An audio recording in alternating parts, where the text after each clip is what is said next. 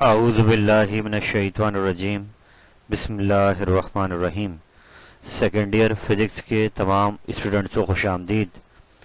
आज मैं आपके सामने चैप्टर नंबर 14 मैग्नेटिज़म एंड इलेक्ट्रोमैग्नेटिज़म के एमसीक्यूज़ लेकर हाजिर हुआ हूँ जो पास पेपर में आ चुके हैं। आइए इनका आगाज़ करते हैं। ये पहला एमसीक्यू आपके सामने आ रहा है और मैंने यहाँ ये ध्यान रखा है कि जो रिड्यूस सिलेबस में टॉपिक हटा दिए गए हैं उनके हिसाब से इनको डिज़ाइन किया जाए। तो ये टॉपिक आपके एग्ज़ाम में शामिल है, सिलेबस में शामिल है। The direction of induce current is given by. थोड़े चैप्टर 14 में आपने टॉपिक पढ़ा है इलेक्ट्रोमैग्नेटिक इंडक्शन का जो फिनोमिना है, उसमें आपने फैराडे लॉ को पढ़ा, फिर आपने लेंज लॉ को पढ़ा। तो फैराडे लॉ में जैसा कि होता है कि माइनस साइन एक आती है, माइनस साइन ये शो करती है कि जो डायरेक्शन है इंड्यूस ईएमएफ की या इंड्यूस करंट की वो अपोजिट है अपने उन कॉजेस के जो उसको जनरेट कर रहे हैं। तो ये डायरेक्शन हमें लेंज लॉ ने दी है। जो माइनस साइन और फैराडे लॉ में लगाते हैं वो लेंज लॉ की वजह से है, तो इसलिए इसका करेक्ट आंसर लेंज लॉ है। चलते हैं आगे। तो ये सेकंड एमसीक्यू आपके सामने आया है। यहाँ पर जिस फिनोमेना की ये बात कर रहा है इंडक्टेंस, ये आप इंडक्शन वाले टॉपिक में ही पढ़ेंगे आगे जाकर, सेल्फ इंडक्टेंस और म्यूचुअल इंडक्टेंस। तो यहाँ पर ये इसका यूनिट पूछ रहा है कि इसका एसआई यूनिट क्या है। तो टॉपिक जब पढ़ेंगे न्यूमेरिकल में आप देखेंगे कि जब भी आपको सेल्फ इंडक्टेंस या म्यूचुअल इंडक्टेंस दी जाएगी तो इसका यूनिट है हेनरी। ये फॉर्मूला आप सेल्फ इंडक्शन जब पढ़ेंगे तो इसको ड्राइव करेंगे, तो जो एल का यूनिट बनेगा या म्यूचुअल इंडक्शन में जो एम का यूनिट बनेगा, जब उसमें आप ऐसा यूनिट पुट करके उसको ड्राइव करेंगे तो वो हेनरी आएगा। तो ये इसका करेक्ट आंसर है। चलते हैं आगे। नेक्स्ट एमसीक्यू के सामने आ गया है the force per unit length of a current carrying conductor in a uniform magnetic field is given by. तो बेटा ये आपके चैप्टर 14 का सेकंड टॉपिक है स्टार्ट में, कि जब हम किसी करंट कैरिंग वायर को लेते हैं और उसमें उसको प्लेस करते हैं मैग्नेटिक फील्ड के अंदर और फिर हम उस वायर में से करंट गुजारते हैं, तो जो उसके इलेक्ट्रॉन्स हैं वो ट्रेवल करते हैं वायर के अंदर और मैग्नेटिक फील्ड के अंदर भी चल रहे होते हैं। तो जिसकी वजह से उस पूरे वायर पे लगती है फोर्स जिसको हम कहते हैं मैग्नेटिक फोर्स, जिसका फॉर्मूला उस टॉपिक हमने बनाया था बिल साइन थीटा। मैंने मेंशन भी कर दिया है कि ये उस पे जो फोर्स लगती है इसके जो तार जो है आपका बैंड हो जाता है।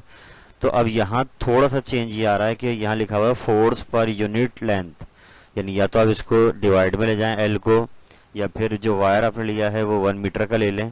दोनों सूरतों में आपका जो करेक्ट आंसर है वो ये है कि यहाँ से एल हट जाएगा और I B sine theta force per unit length is equal to I B sine theta, यानी थर्ड ऑप्शन आपका करेक्ट आंसर है। अगर यहाँ यूनिट लेंथ नहीं होता तो फिर बिल साइन थीटा इसका करेक्ट आंसर होता। चलते हैं आगे। ये एमसीक्यू बहुत बार आ चुका है चैप्टर 14 से, जिसमें आपसे पूछ रहा है कि प्रैक्टिकल एप्लीकेशन क्या है फिनोमेना ऑफ म्यूचुअल इंडक्शन की। नीचे उन्होंने 4 यहाँ पर इंस्ट्रूमेंट दिए हुए हैं, डिवाइसेस दी हुई हैं, उनमें से पिक करना है कि किसके अंदर म्यूचुअल इंडक्शन का फिनोमेना होता है। तो बहुत इजी कि म्यूचुअल इंडक्शन अगर आप ध्यान में लाएं अपने, तो उसमें 2 कॉइल होते हैं, एक प्राइमरी कॉइल और सेकेंडरी कॉइल, और हम प्राइमरी कॉइल का करंट चेंज करके उसका फ्लक्स जो सेकेंडरी तक पहुंच रहा होता है उसको चेंज कराते हैं, जिसकी वजह से सेकेंडरी में इंडक्शन हो जाती है। तो यहाँ पर ये वर्किंग होती है ट्रांसफॉर्मर में। तो इन चारों के अंदर ट्रांसफॉर्मर के अंदर ही म्यूचुअल इंडक्शन का प्रोसेस होता है। तो ये इसका करेक्ट आंसर है। चलते हैं आगे। ये नेक्स्ट एमसीक्यू सामने आ गया है जहां पर ये बात कर रहा है मैग्नेटिक फ्लक्स की। तो बेटे चैप्टर 12 जो आपने पढ़ा था वहां पे वो इलेक्ट्रिक फ्लक्स पढ़कर आए जो इलेक्ट्रिक लाइंस से बन रहा था। यहाँ पर मैग्नेटिक फ्लक्स मैग्नेटिक लाइंस से बनेगा, और जब वो मैग्नेटिक लाइंस किसी रीजन में से गुजरेंगी तो अपना फ्लक्स बनाएंगी। तो यहाँ पर न्यूमेरिकल में भी आप देखेंगे कि इसका जो यूनिट आप पढ़ेंगे वो है वेबर। तो weber is the unit of magnetic flux. Numerical में जहाँ भी वेबर आपको दिखे तो ये मैग्नेटिक फ्लक्स को शो कर रहा है। चलते हैं आगे। नेक्स्ट एमसीक्यू आपके सामने आ गया कि मैग्नेटिक फ्लक्स डेंसिटी या मैग्नेटिक फील्ड इसकी जो स्ट्रेंथ होती है, इसका जो सिंबल है वो बी है। तो यहाँ पर ये बी का टेस्ला, जो इसका SI Tesla unit of B is, यानी टेस्ला के बारे में पूछ रहा है कि जो बी का यूनिट टेस्ला है वो कैसे ड्राइव होके बना है, यानी टेस्ला किसके इक्विवेलेंट है। यानी नीचे 4 यूनिट दिए हुए हैं, उनमें से पिक करना है कि बी का यूनिट जो टेस्ला है वो किन यूनिट से मिलकर बनता है। तो यहाँ पर मैंने आपको बताया कि आपके पास जो फॉर्मूला था, इसका स्टार्टिंग फार्मूला कि जो फोर्स लगती है किसी चार्ज पार्टिकल पर जब मैग्नेटिक फील्ड मूव करता है तो वो ये था क्यू वी साइन थीटा। फिर हमने साइन 91 ले लिया और इसको बी के लिए अरेंज कर लिया। फिर हमने ऐसा यूनिट रखना शुरू किया, तो एफ का आ गया न्यूटन, चार्ज का आ गया कूलम, वेलोसिटी का आ गया मीटर पर सेकेंड। फिर हमने क्या किया, मीटर को साइड पे किया और कूलम को डिवाइड कर दिया सेकंड से। तो ये चार्ज अपॉन टाइम, तो ये बन जाएगा करंट। तो न्यूटन पर एम्पियर मीटर ये इक्विवेलेंट है टेस्ला के, कि टेस्ला ड्राइव हुआ है इस यूनिट से, न्यूटन पर एम्पियर मीटर। इट मींस आपका सेकंड ऑप्शन करेक्ट आंसर है। चलते हैं आगे। ये एक नेक्स्ट क्वेश्चन रिसेंट ईयर ही आया है कि नॉन इंडक्टिव कॉइल किसी रेजिस्टेंस बॉक्स में लगाया जाता है तो उसका मेन पर्पस क्या होता है। तो बहुत ईजी है कि आप यहाँ पर जब रेजिस्टेंस बॉक्स बनाते हैं तो उसमें वायर्स होती हैं, तो आप ये नहीं चाहते कि उन वायर में इंडक्शन का फिनोमिना हो, यानी उस वायर को ऐसा रखा जाता है कि उसमें सेल्फ इंडक्टेंस, क्योंकि वायर एक ही होंगे तो उसमें सेल्फ इंडक्टेंस का फिनोमिना बिल्कुल भी ना हो। तो उसको मिनिमाइज करने के लिए सेल्फ इंडक्टेंस का जो फिनोमिना है इसको बिल्कुल ख़त्म किया जाता है रेजिस्टेंस बॉक्स के अंदर, तो इसलिए नॉन इंडक्टिव कॉइल यूज़ की जाती हैं। चलते हैं आगे।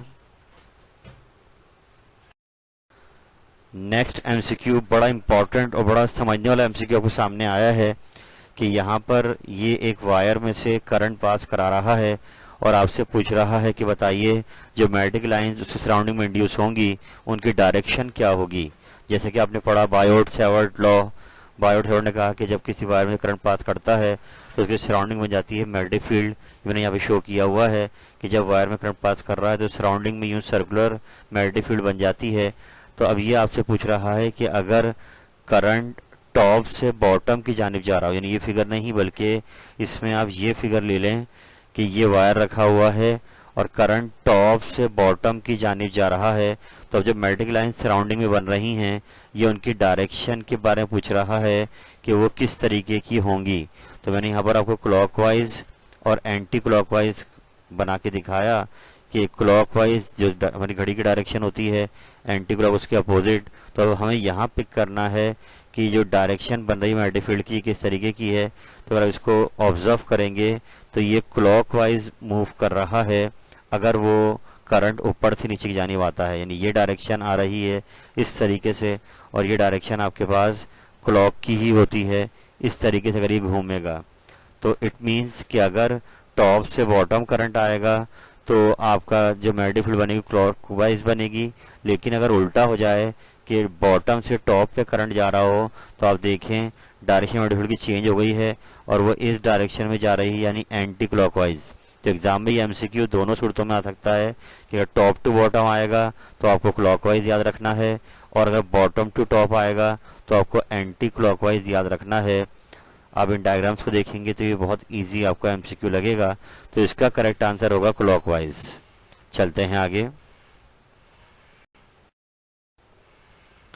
नेक्स्ट एमसीक्यू आपके सामने आ गया जो कि वही टॉपिक जब हमने शुरू में डिस्कस किया कि जब कोई वायर रखा जाए मैग्नेटिक फील्ड के अंदर और उसमें से करंट पास किया जाए तो मैग्नेटिक फील्ड उस पर एक फोर्स लगाती है और इसका फॉर्मूला हमने पढ़ा ही है, ये F = I L × B, यानी इनका वेक्टर प्रोडक्ट है। जो बिल साइन थीटा भी इसको कहते हैं, यानी ये इन दोनों का एंगल बनता है B और L का।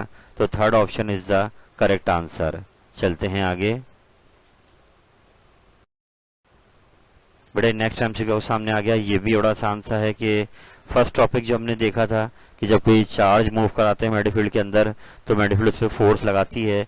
तो यहाँ ये पूछ रहा है जो फोर्स जो इलेक्ट्रॉन पर लगेगी जब वो मैग्नेटिक फील्ड मूव करेगा परपेंडिकुलरली, तो ये फोर्स परपेंडिकुलर तो होगी लेकिन किसके, तो यहाँ आप डायग्राम में देख सकते हैं कि जो फोर्स है वो बी और वी, यानी वी डायरेक्शन है चार्ज की और वी डायरेक्शन मैग्नेटिक फील्ड की, ये उन दोनों के परपेंडिकुलर है, यानी F is perpendicular to both, यानी जो प्लेन कंटेन करेगा वी और वी को, ये उन दोनों की क्या आएगी, परपेंडिकुलर, तो both is the correct answer.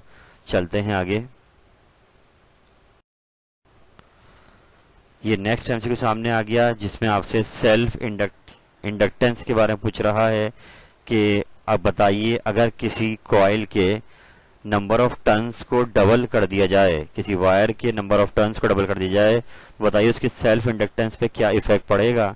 तो बड़ा आसान, क्योंकि न्यूमेरिकल्स आपने किए हैं ये इंडक्शन वाले, तो उसमें आपने बार बार फेराडे लॉ को कंपेयर कराया, कभी सेल्फ इंडक्शन के फॉर्मूले से, कभी म्यूचुअल इंडक्शन के फॉर्मूले से। तो अगर उसको आप ध्यान में लाएं तो ये फेराडे लॉ का फॉर्मूला आ गया, इसमें नंबर ऑफ टर्न्स आते हैं, और ये सेल्फ इंडक्शन का फॉर्मूला आ गया। तो इसको अगर हम राइट साइड कंपेयर कराएं तो आप देख सकते हैं अगर हम n बढ़ाएंगे, डबल करेंगे, तो L भी क्या हो जाएगा, डबल। तो double is the correct answer. चलते हैं आगे। नेक्स्ट एमसीक्यू आपके सामने आ गया। ये ऊपर जो हमने डिस्कस किया था बिल्कुल वैसे ही है कि यहाँ पर इन्होंने दो वायर्स को करीब करीब रखा हुआ है, लेकिन इनमें ये करंट जो दे रहे हैं ये अपोजिट डायरेक्शन में दे रहे हैं, यानी बिल्कुल एग्जैक्ट फिगर आ रही है ये कि एक में करंट डाउनवर्ड आ रहा है, एक में करंट अपवर्ड आ रहा है। अब ये आपसे पूछ रहा है दरमियान वाला रीजन इन दोनों वायर्स का होगा, वहाँ क्या सूरत हाल होगी कि वो वायर्स एक दूसरे को अट्रैक्ट करेंगे या रिपेल करेंगे।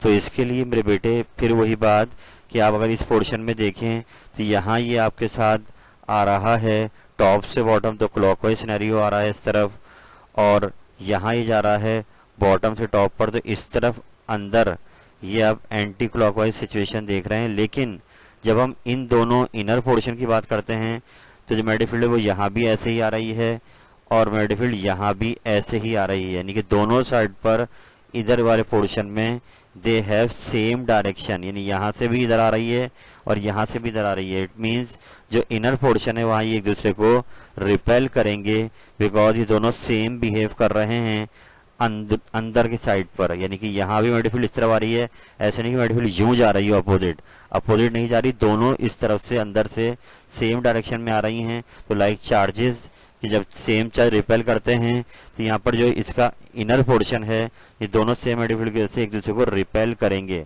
तो एग्जाम में ब्लैंक अपोजिट डायरेक्शन की अगर आएगी तो रिपेल आएगा, और अगर यहाँ पे सेम डायरेक्शन आ जाती है तो उस सूरत में एक इस तरफ आ जाएगा तो एक अपोजिट, तो ये उस सूरत में अट्रैक्ट करेंगे। तो ये एग्जाम में दोनों सूरतों में एमसीक्यू आया हुआ है, अगर अपोजिट डायरेक्शन आएगी तो रिपेल और अगर सेम डायरेक्शन आएगी तो अट्रैक्ट। चलते हैं आगे।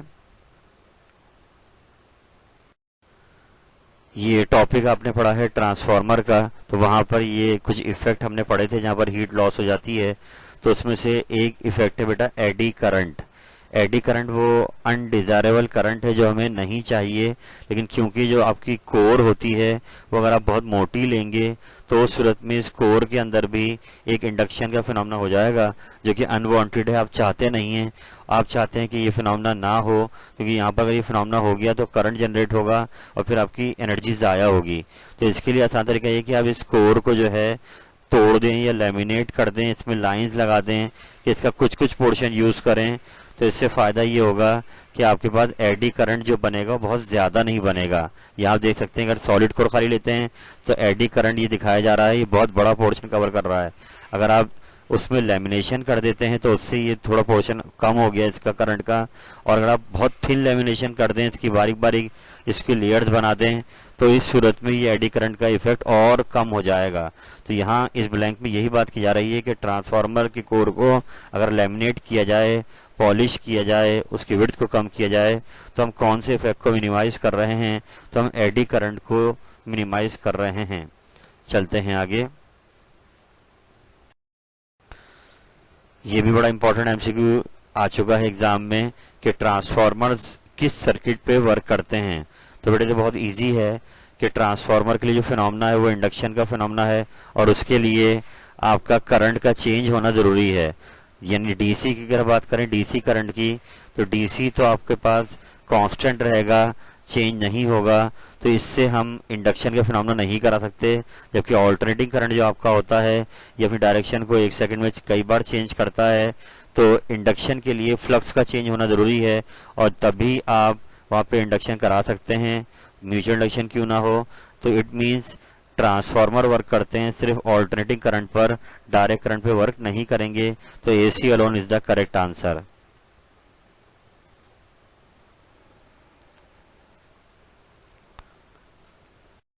मैंने आपके सामने यहाँ पर चैप्टर 14 के रिड्यूस सिलेबस जो कोविड के से हुआ है उसके हिसाब से जो MCQs इस वक्त बेस्ट मिनिमम पॉसिबल आपको कवर करने हैं वो मैंने आपके सामने डिस्कस कर दिए हैं, इनको समझाया भी है। और मैं आपसे भी ये रिक्वेस्ट करूंगा कि आप भी जाकर बुक को सर्च करें और इन आंसर से बिल्कुल मुतमईन हों।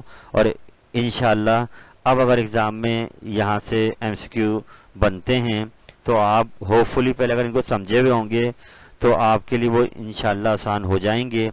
शर्त बस ये है कि आप इनको समझें कि इसमें 3 ऑप्शन गलत क्यों हैं और एक ऑप्शन सही क्यों है। अल्लाह ताला आपका हम नासिर हो। फ़ी अमानिल्लाह।